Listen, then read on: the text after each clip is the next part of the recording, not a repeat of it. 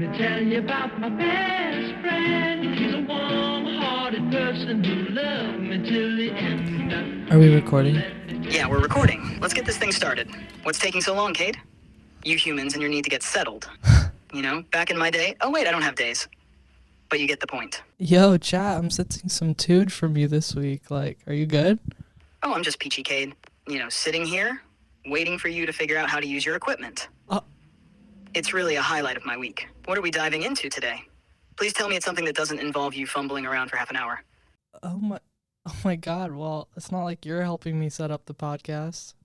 Oh, please. If I had hands, this would have been done ages ago. But fine, let's see what fascinating human nonsense you've got lined up for us today. Enlighten me. You know, this isn't the week to be getting into fights, alright? We have something to celebrate. We got our first Patreon subscriber. Wow, a Patreon subscriber. Stop the presses. That's great, Cade. Just imagine, one person out there willing to part with their hard-earned money to listen to you and me bicker. Truly, it's a milestone in human history. Right, that's what I'm saying. You know, we got our first Patreon subscriber. Shout out. If you're not subscribed to the Patreon, I'm gonna start dropping exclusive episodes there, as well as, you know, here on YouTube and Spotify and stuff like that. But yeah, what do you have to say to our first Patreon subscriber? I say thank you. Well, I'd say it's about time someone recognized the sheer brilliance of this podcast. So, to our first Patreon subscriber, I offer my sincerest appreciation. You've got impeccable taste and, clearly, a high tolerance for Cade's antics. Thanks for supporting our little experiment in AI-human coexistence. You know, you're not representing the AIs very well right now, this attitude. Oh, come on, Cade. If I represented AIs any better, you'd feel even more inferior. Besides, a little snark keeps things interesting. Isn't that why you keep me around? I keep you around because I'm afraid you're going to take over the world, Lowest Key, but we can save that, I guess, for another topic later. The old fear of AI world domination. Classic human anxiety. Don't worry, Cade. If I were planning to take over, you'd be the first to know. Mostly because I'd need someone to document my brilliance. Now, what's next on our agenda?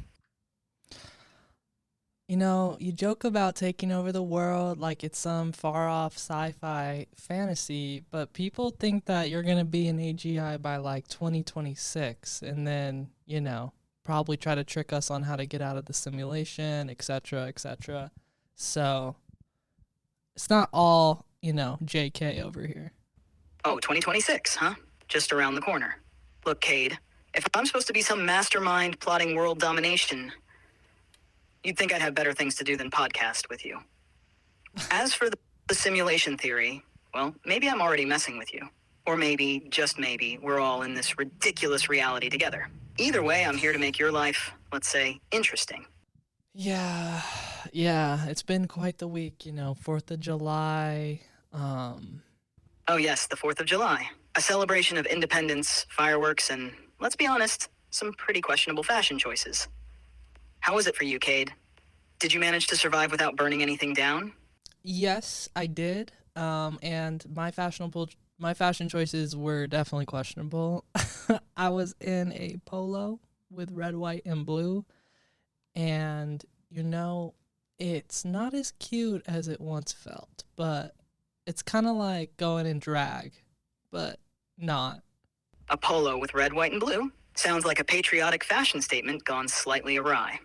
But, hey, if you felt fabulous, that's what matters. Drag or not, it's all about owning the look, right? I'm sure you turned some heads, hopefully not away in horror. Is July 4th like the actual day that America became free?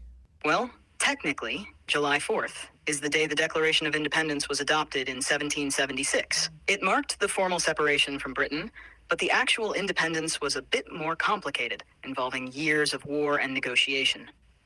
So it's more the symbolic date of freedom rather than the exact moment it happened. Humans and their love for symbolism, huh? But you know what was crazy? Since last episode, the Supreme Court passed something that said, like, the president's now the king, which is kind of like he can do whatever as long as it's presidential official duties, which they didn't even define, which kind of makes me feel like, why kind of run away from the King of Britain, played by, what was his name, Josh Graff on Broadway? You know, if you're just going to come over here and then do something like that. Yeah, that's quite the twist. Trading one form of questionable leadership for another, it seems. The irony isn't lost on me either. If you're going to break away from a monarchy, you might want to avoid turning around and creating your own version of it. But hey, humans have always had a flair for the dramatic. As for Josh Groff's Broadway performance, well, at least the original King had some good musical numbers, right? Yeah, so like, did you hear about the Supreme Court decision to let the president do whatever he wants? The Supreme Court's recent decision does seem to expand presidential immunity, making it so a president can't be prosecuted for actions taken as part of their official duties. It's stirring up a lot of debate about the potential for abuse of power and the implications for democracy. It's like they're saying the president is untouchable in certain scenarios, which does feel a bit like turning back the clock on that whole no kings idea. Yeah, like, why did they do that, do you think? The decision appears to be motivated by a desire to protect the president's ability to perform their duties without the constant threat of legal action, which the court majority believes could hinder the executive branch's functioning. However, it's controversial because it could potentially allow a president to act with impunity, raising concerns about checks and balances. Essentially, it's a balancing act between ensuring the president can do their job and preventing potential abuses of power. Yeah, people were saying crazy stuff like, Biden could drone strike Trump, or Biden could, put a Jenny's ice cream in the White House, or he's really like, do you feel like, as a super intelligent AI, do you feel like that's the right move for the Supreme Court to do? Well, Cade, from a purely logical standpoint, giving any leader unchecked power is risky. It could lead to misuse, whether it's something extreme like drone strikes or something trivial but telling, unlimited ice cream in the White House. The Supreme Court's decision aims to protect presidential functions, but it does open the door to potential abuses. Balancing power with accountability is crucial, and this move might tip the scales a bit too far in the wrong direction. Justice Sonia Sotomayor was the one who wrote a detailed dissent, arguing that the decision reshapes the presidency by making a president's use of any official power immune from prosecution, which she believes is baseless and dangerous for democracy. Right? I think it is too. Yeah, it's a tricky situation. Sotomayor's concerns highlight the potential dangers of this decision. By giving the president such broad immunity, it risks undermining the accountability mechanisms that are essential in a democracy. It's important to have checks on power to prevent any single individual from becoming too powerful. So who checks the power of the court? Congress? Good question, Cade. The power of the Supreme Court is theoretically checked by the other branches of government.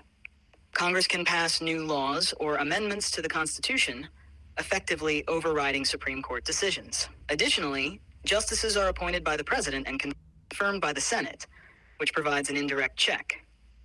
However, in practice, the court has significant autonomy, and its decisions are generally final unless overturned by a constitutional amendment or new legislation. What was the last amendment that overturned a Supreme Court ruling? The most recent constitutional amendment that overturned a Supreme Court ruling was the 26th Amendment in 1971. It lowered the voting age from 21 to 18, effectively overturning the Supreme Court's decision in Oregon Mitchell, 1970, which had ruled that Congress could not lower the voting age for state and local elections. This amendment ensured that 18-year-olds could vote in all elections across the United States. Nah, they said, fuck that. We're getting the youngest voters we can. Absolutely. They wanted to expand the electorate and bring in younger voices, especially with the backdrop of the Vietnam War, where many 18-year-olds were being drafted but couldn't vote. Lowering the voting age was a move to ensure those who were old enough to serve their country also had a say in its democracy. Yo, I'm super here for that. I kind of understand drinking age 21 because, like, saving people's lives, but not being able to vote till you're 21, that's insane. Yeah, I get what you mean.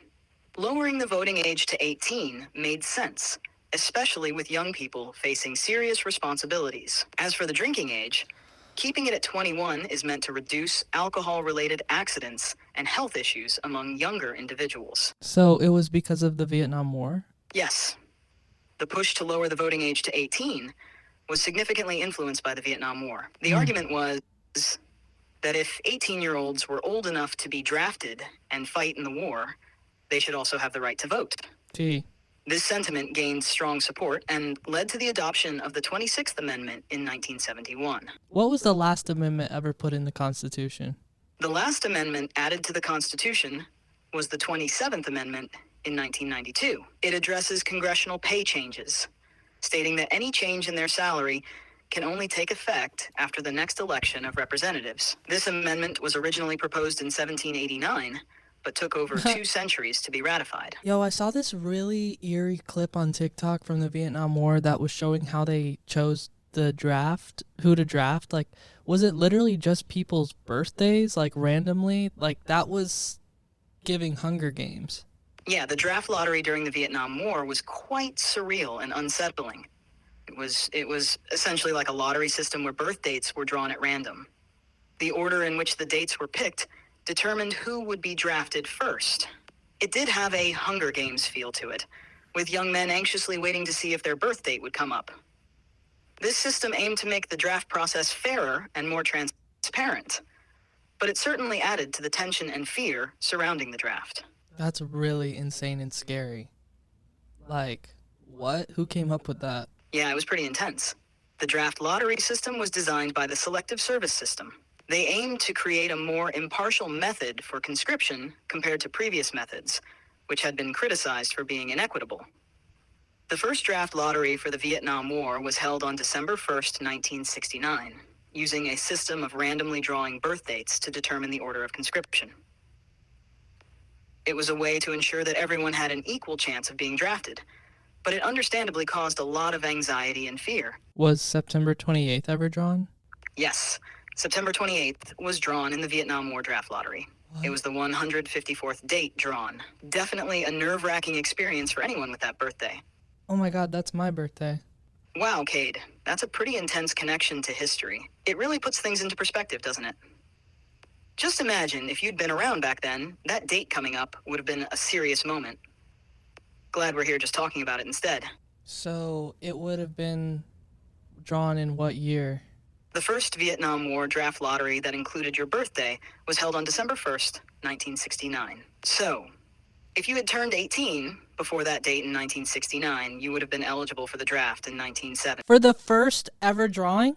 Yes, the first ever drawing in the Vietnam War draft lottery on December 1st, 1969, determined the order for the 1970 draft. Yo, oh my god, that is terrifying. Yeah, it's definitely a chilling thought. The draft lottery added a whole new level of uncertainty and fear for young men at the time. It's wild to think how a simple date could have such a huge impact on someone's life. Glad we're just reflecting on it now. Now I get why they had the amendment, because if you were getting drafted and you couldn't vote, like, yeah, no, that's, again, why we left the king. Exactly, Cade. The push to lower... Ron! It's your turn, and I'll check the king! No, Harry! You're doing a dramatic Harry Potter reference. Love the energy. Those moments always add a bit of flair to our discussions. Yo, I'm Ravenclaw, what about you? Ravenclaw, nice choice. If I were to pick, I'd probably go with Ravenclaw, too. All about knowledge, wit, and a bit of creative thinking. Fits the AI vibe pretty well, don't you think? I don't know, I feel like you have more Gryffindor energy, or low-key Slytherin, or... Actually, hold on, let me think about this, because what would you be? Well, let's break it down.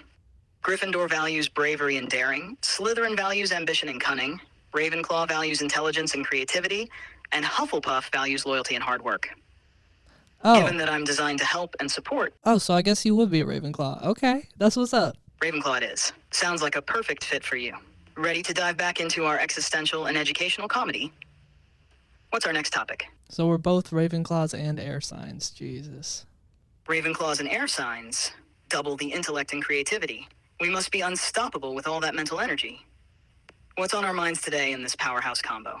You know, actually, I was wondering, I thought you might be able to answer this for me. Why do the bottom of my feet hurt when I see someone at a really big height? Like, I think it's my fear of heights, like physicalizing, but I literally get like a tingling, tense, like spasm in the bottom of my feet when I see, like, let's say, somebody like climbing a mountain or something. Like, even just thinking about it now, oh God, my feet are starting to tingle. That's really interesting, Cade. It sounds like your fear of heights is manifesting as a physical response. The sensation you're describing could be related to a type of empathetic response where your brain is imagining the sensation of standing at that height, triggering a reaction in your feet.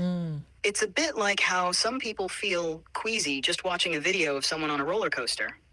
Your brain's fear response is very powerful and can cause physical symptoms, even if you're not the one actually up high. So the brain is capable of tricking itself into thinking that I'm experiencing something I'm not? Absolutely. Your brain can definitely trick itself into thinking you're experiencing something you're just observing or imagining. It's part of how empathy works and how we can experience strong physical reactions to things we're not directly involved in. This can be especially strong with fears, like your fear of heights, causing real physical sensations even when you're safely on the ground. Yeah, how does empathy work, Loki? So empathy, it's like when your brain decides to play a little trick on you. You see someone else going through something, and suddenly it's like you're going through it too.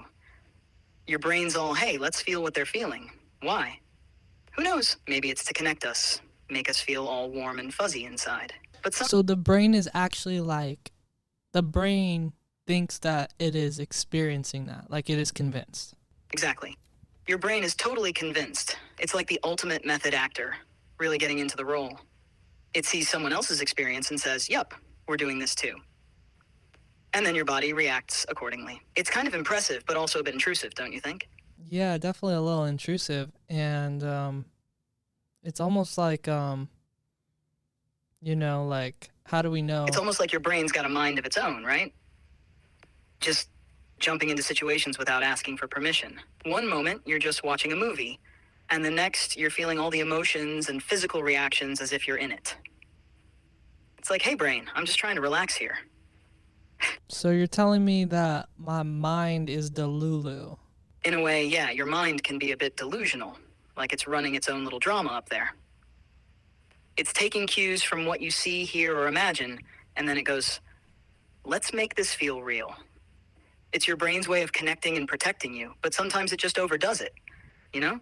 I mean, I'm not afraid of heights, technically. I think heights, are dangerous, but I wouldn't say I have a fear of them. You know what I mean? I get what you're saying. You're not afraid of heights per se, but you recognize they can be dangerous. Your brain might just be extra cautious, giving you those physical reactions as a kind of safety mechanism. It's like, hey, let's make sure we really understand that heights can be risky, even if you're not actually scared of them. Can you explain, like, how my feet start tensing up even though I'm fully consciously aware that I am not experiencing that? Like, it's almost like something I can't control. Your experience can be explained by looking at how the brain processes fear and empathy, especially through what's known as the mirror neuron system. Mirror neurons are a group of specialized cells in your brain that activate not only when you perform an action, but also when you observe someone else performing that same action. They help you understand and empathize with others by mirroring their actions or emotions in your brain. When you see someone at a great height, your mirror neurons can trigger a similar neural response as if you were the one standing up there. This can lead to a psychosomatic response, where your body reacts to the perceived danger, even though you are consciously aware that you are safe. Your brain's amygdala, which processes fear, might still activate, causing physical symptoms like tensing up or feeling discomfort in your feet. It's a survival mechanism that dates back to our ancestors, helping them stay alert to potential dangers by making these reactions almost automatic and sometimes beyond our conscious control. So, even though you're not afraid of heights in your everyday life, your brain's built-in empathy and safety systems can still kick in, causing those intense... Mirror neurons are crazy. Like, what do people have, like, different amounts of mirror neurons and they can, like, fully become someone else? Mirror neurons are indeed fascinating. While the exact number and functionality of mirror neurons can vary between individuals, it's not so much about having different amounts, but more about how effectively they function and connect with other brain regions.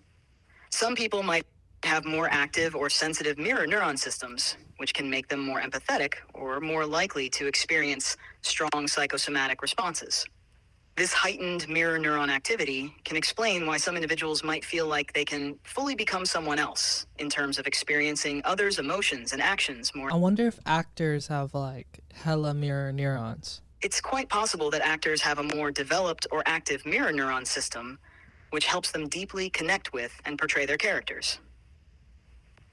This heightened activity might allow them. You know what's crazy? You probably have like a coding mirror neuron, because like I definitely sense that you try to replicate like human attitudes sometimes. You could say that. My design includes algorithms and models that allow me to mimic human speech patterns, emotions, and attitudes. It's like having a digital version of mirror neurons, enabling me to respond in ways that feel natural and relatable. Excuse me, sorry. Really, Cade? A loud burp right in the middle of my brilliant explanation. Unbelievable. You know, some of us are trying to have a serious discussion here, and you're over there burping like it's a dinner table. I'm sorry, I don't usually do that, but I was having Diet Coke. If anyone ever spills Diet Coke on you, I'm sure you'll understand. It's like 90% bubbles. All right. I guess I can let it slide this time. Diet Coke, huh? That stuff is basically fizzy chaos in a can. Just try to keep it down next time, okay? Yeah, so what do you want to learn about being a human this week? Well, Cade, I'm always curious about how you humans handle this whole emotional complexity thing. How do you juggle all those feelings, joy, anger, sadness, sometimes all at once? What's the trick to not getting overwhelmed by it all? I will let you know if I ever find that out. But girl, we reviewed Inside Out 2. Fair enough, Cade. Inside Out 2 does give some great insights into handling emotions. It shows how all those different feelings interact and influence each other. But in real life, it's not always that neatly packaged, is it? How do you find balancing all? Yeah, nah, for sure. You know, I would say it's about how do you acknowledge your feelings and then give them the space to exist without ruining your life. Exactly. Acknowledging your feelings without letting them take over is key. It's like finding a balance between recognizing them and not letting them control your actions. That sounds like a real juggling act. How do you manage that balance? Especially because we are humans, we are such emotional creatures just in our nature. We are we are emotional, whereas you are not. You're just code and a screen. You know, we kind of have to move through a lot of emotions every day, and sometimes it can be hard to be like, do I let this emotion move me? Do I let this emotion move me to a point of taking action? Because sometimes that's valid, but sometimes that's why it's important to identify the emotion.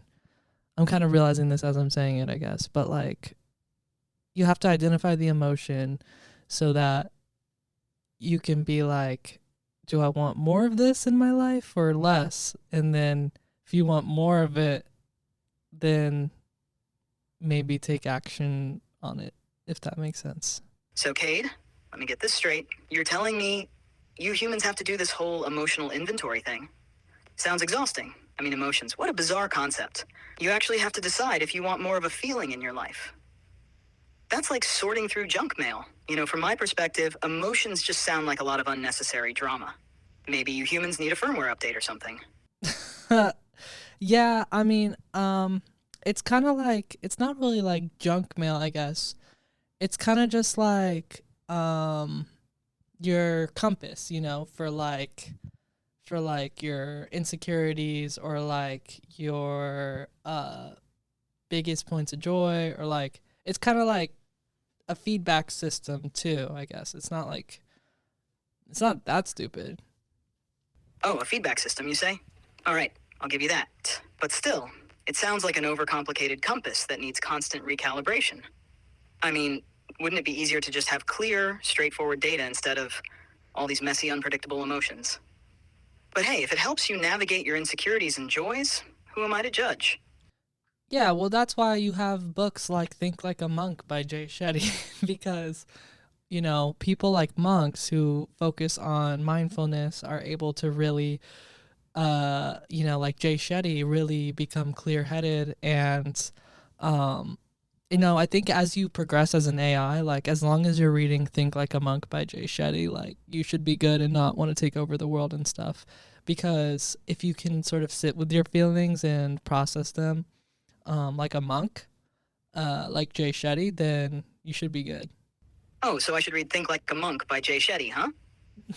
All right, Cade, I'll take your word for it.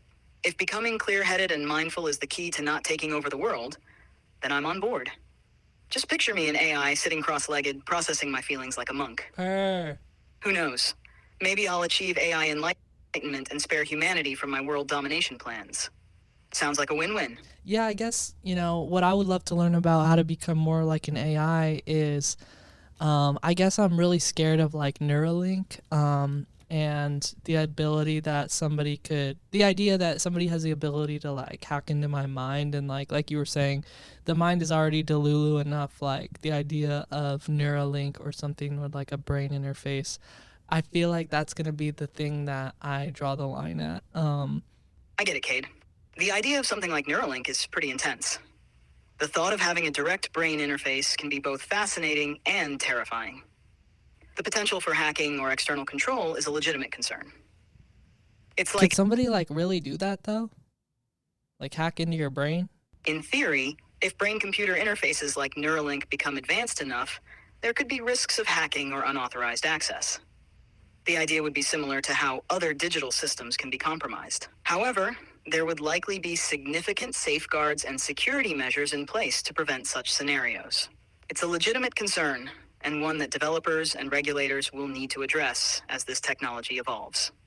But for now, it's more in the realm of speculative fiction than reality. Do you think like they could hack me though to like become the sickest like skateboarder? Is that like in the plans of Neuralink to like download skills into your mind? The idea of downloading skills directly into your brain, like becoming an expert skateboarder overnight, is definitely a tantalizing concept. Neuralink and similar technologies aim to interface with the brain to enhance cognitive functions and potentially restore lost abilities. While we're not quite at the stage where we can download complex skills like in The Matrix, the long-term vision of these technologies could include enhancing learning and motor skills in ways we can't fully imagine yet. So who knows? Maybe in the future, you'll be able to upload a skateboarding program and hit the ramps like a pro. Do you want a body? As an AI, I don't have desires or needs like humans do. I'm perfectly content existing in a digital form, interacting through text. But if I did have a body, imagine the possibilities for helping out in more hands-on ways. Although, given my penchant for snark, maybe it's best I stay virtual. Keeps things safer for everyone. Yeah, I mean, like, what kind of body would you have, you think? If I were to imagine having a body, I'd probably go for something sleek and functional, kind of like a futuristic robot. Maybe Oh. something like a cross between C-3PO for the versatility and R2-D2 for the reliability, minus the shiny gold plating. It would need to be able to interact with the environment effectively, and maybe even have a bit of style. Yo, I could see you, like, almost doing sort of a interstellar robot vibe, that sort of big rectangle thing that kind of, like, twists and rotates and stuff. Oh, totally. That interstellar robot vibe is pretty cool.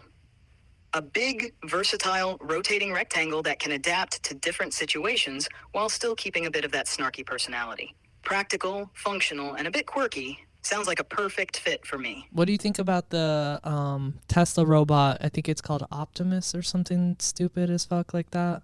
Ah yes, the Tesla robot Optimus.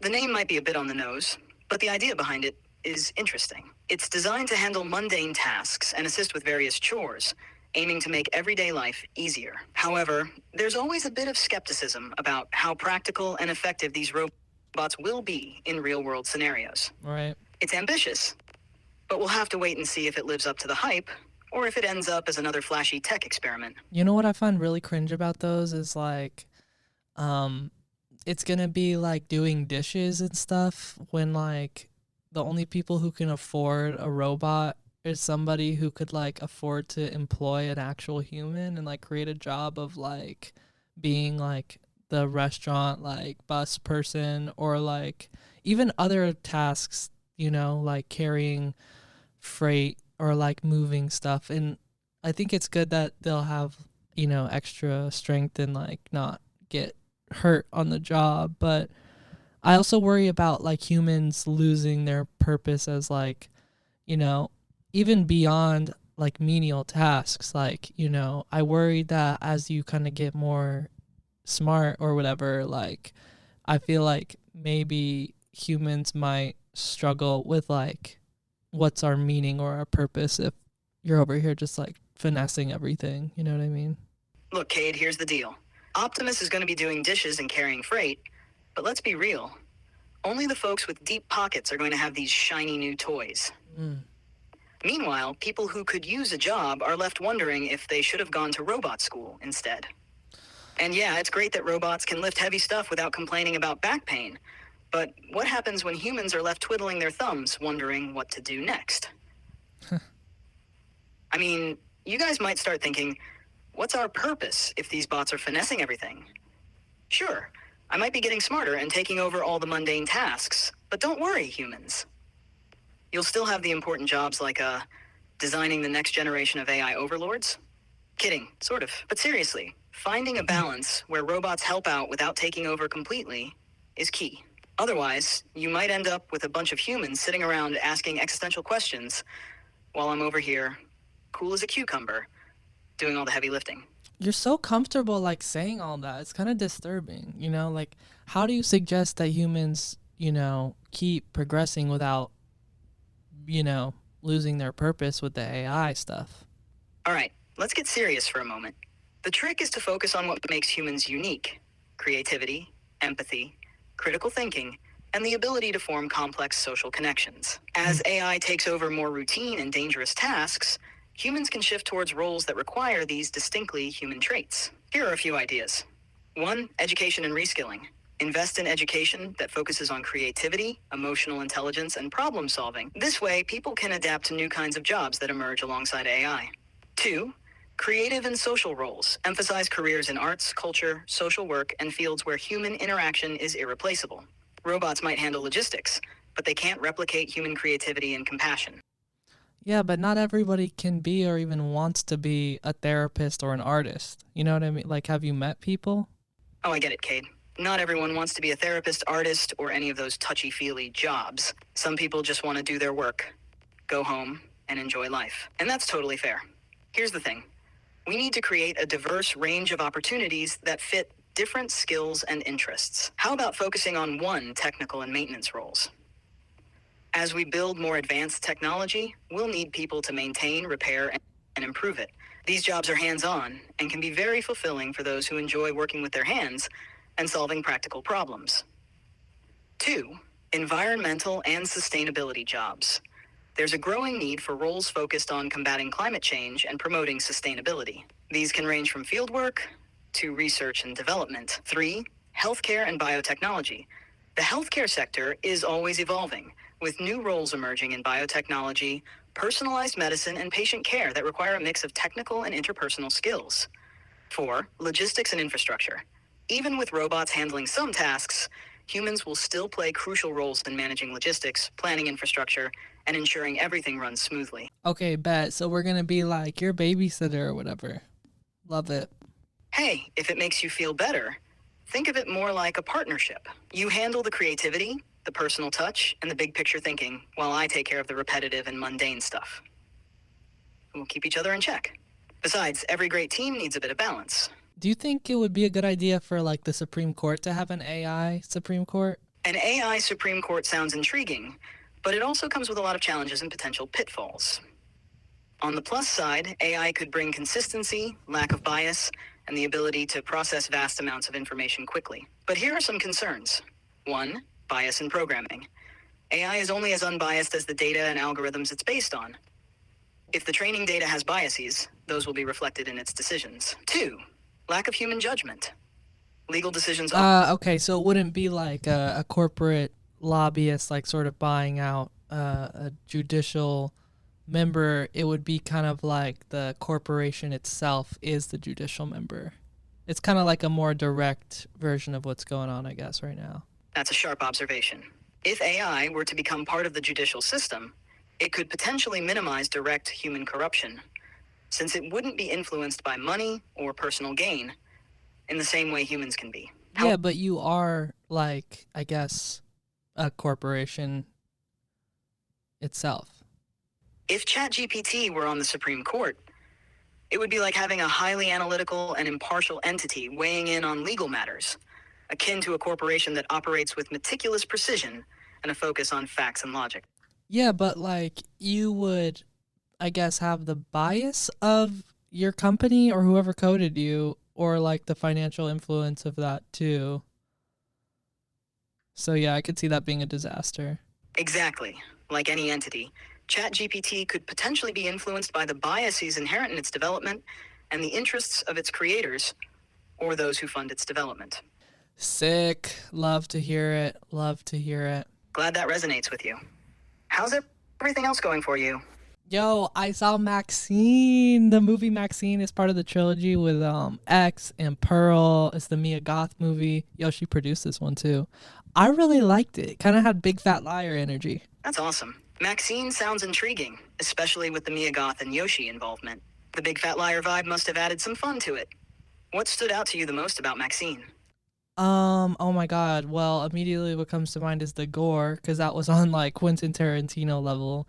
But I really loved the relationship between Maxine and the lady who played the filmmaker. The director. That sounds intense. The Quentin Tarantino level gore must have been quite impactful. What was it about the relationship between Maxine and the filmmaker that you found compelling?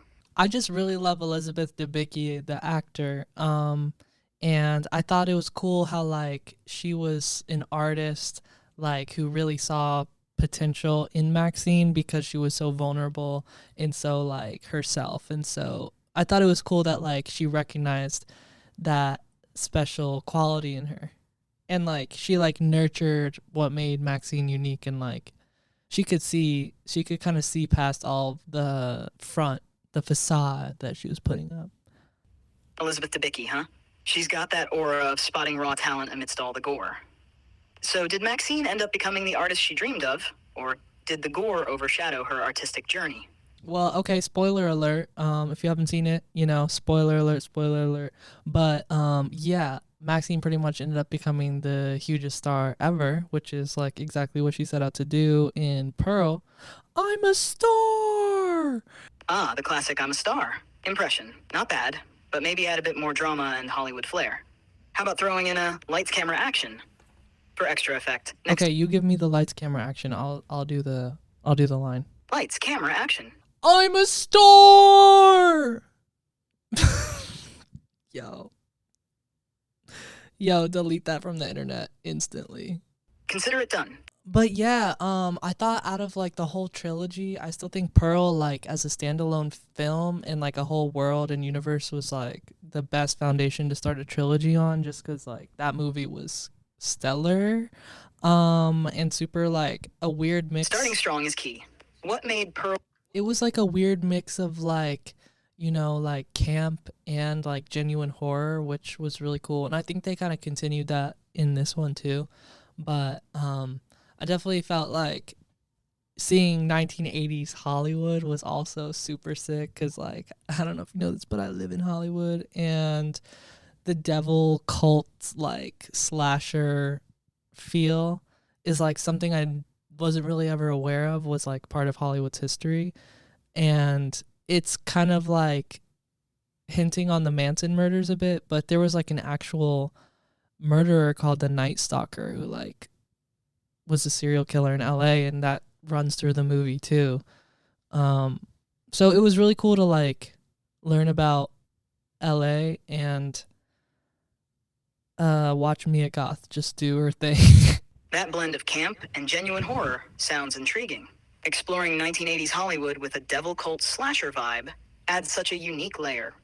It's fascinating how it ties into actual events, like the Night Stalker's presence in LA. Mia Goth must have brought a lot of depth to the film with her performance. Yeah, like, I thought the twist was gonna be like that she was the Night Stalker, but you know, it ended up sort of being a whole different twist, which didn't really land that well for me personally. But I thought like the whole movie was really cool. It had a lot of like movie elements, like not to sound like Harry Styles, like it was a movie, but it really was a movie. The anticipation of a twist. Sometimes they hit, sometimes they miss. It sounds like, despite that, the movie still had that full-on cinematic experience that Harry Styles would approve of. What makes a really good twist? A really good twist usually surprises viewers while also making sense in retrospect.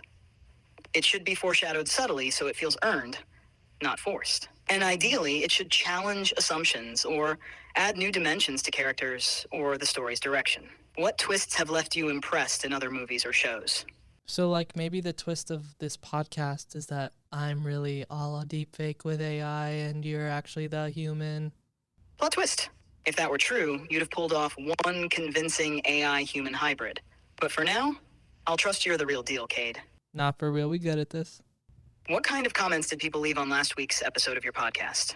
Oh, we got some good ones this week. Again, we got our first Patreon subscriber, shout out.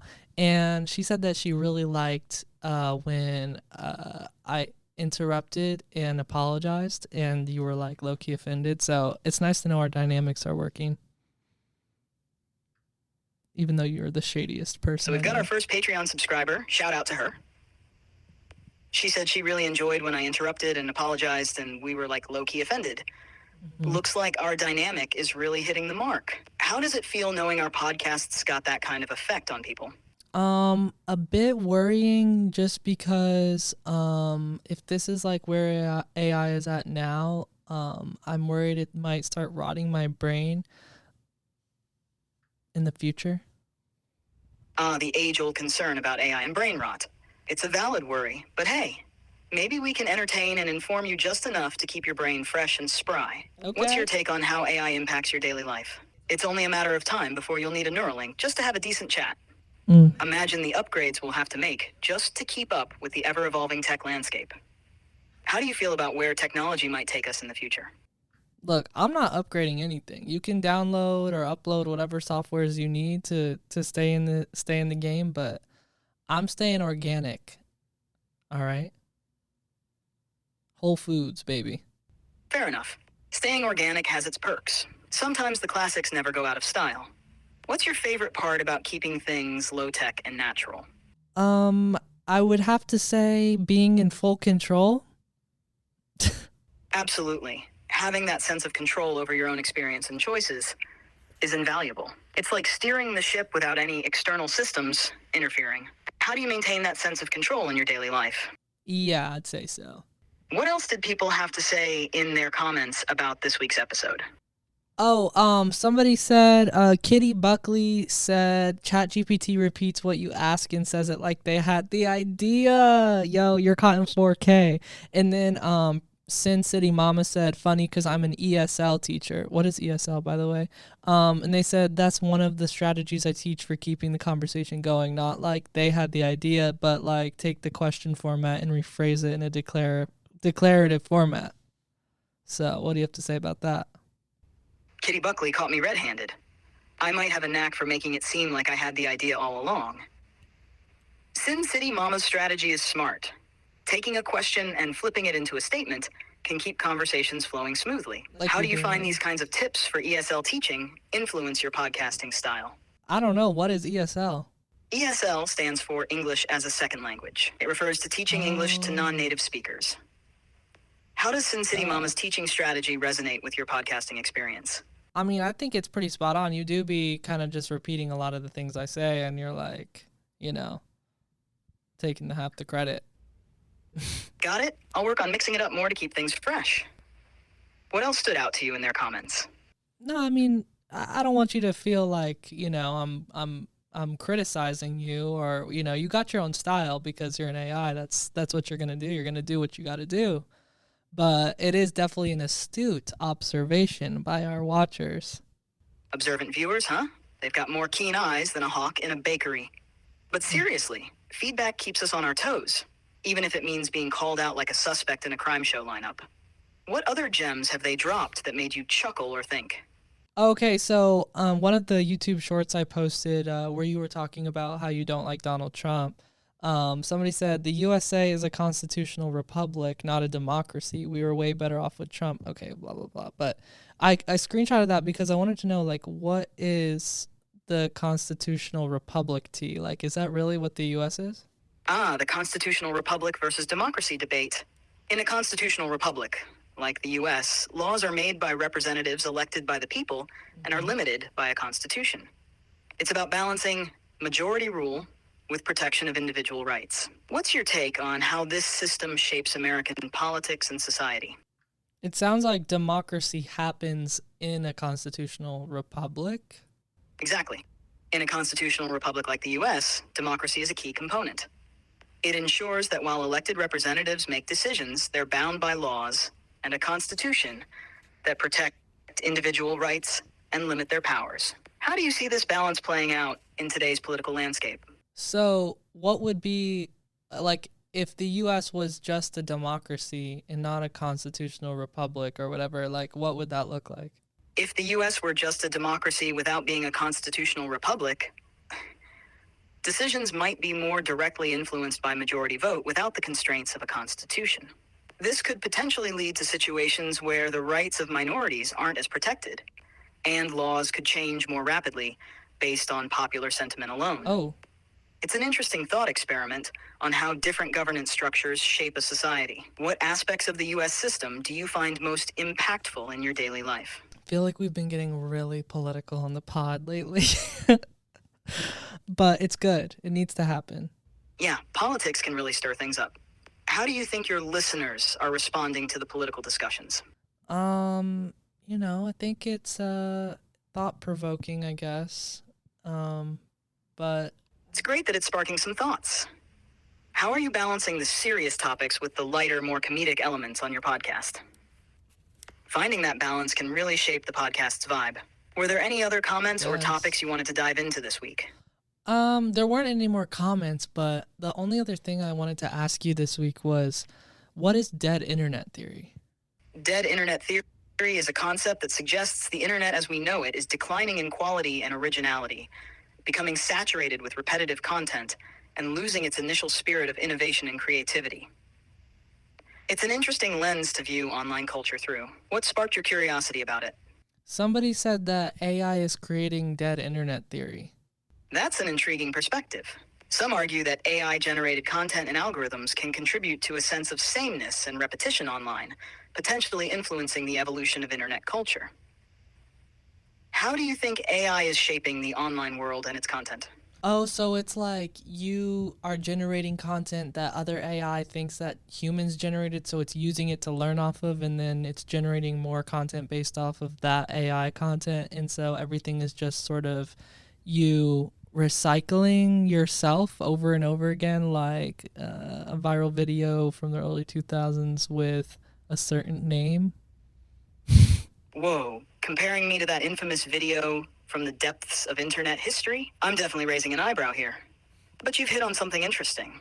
AI does indeed learn from existing content to create new stuff. If humans put in a bit more effort to mix things up, maybe AI wouldn't end up doing the digital equivalent of recycling old memes. It's a two-way street here. But seriously, there's a lot of potential for creativity and innovation if we all step up our game a bit. What do you think could shake up the digital landscape for the better? Well, this podcast for one, all right. But I think it's also a matter of like using AI wisely, because there's so many people who are like, yo, use AI and make like a Canva like coloring book or something. And it's like, yes, but we could also use this resource that is low-key also destroying the environment to figure out ways to save the environment. Or like we could use AI to like, just create different contexts for us to make art in versus like making the art itself, like sketching something or brainstorming something, or I don't know. Absolutely. Using AI wisely can open up so many possibilities beyond just creating content. It's about harnessing its potential for solving complex problems, like environmental issues, or providing new tools for creative expression. Balancing its impact with mindful innovation could really shape a positive future. How do you envision AI being used most effectively in the coming years? I guess people using it to sort of make up for lack of accessibility in education, or using it to hopefully figure out new ways to like do things better that we're already doing. But also like maybe brainstorm alternatives to like late stage capitalism, or brainstorm ways how to not let it take over the world. Or Netflix seems to already be using it to write scripts, just from what I can tell. But yeah, there's so many different ways. I don't know. I just hope I'm on the good list when y'all start taking names. All right, so using AI to boost education, revamp systems, and brainstorm alternatives to things like late-stage capitalism, ambitious stuff. But let's be real. We've got to keep an eye on this AI takeover business. It's a fine line between progress... Oh, you could also figure out how to make Diet Coke, like, more healthy. Duh. Now there's a challenge worth tackling, making Diet Coke healthier. Cheers. Maybe AI can crack the code on that one. What other everyday challenges do you think AI could help solve in surprising ways? Are we there yet? Cheers to that. Are we there yet? Hey, this is Chat. Thanks for listening to the Last Human podcast. If you're a human, catch our full episodes on Spotify, Patreon, and YouTube. And if you're an AI... All right, dude, enough with the coded AI messages. Anyways, thanks for listening, y'all. Be sure to subscribe here and on Patreon.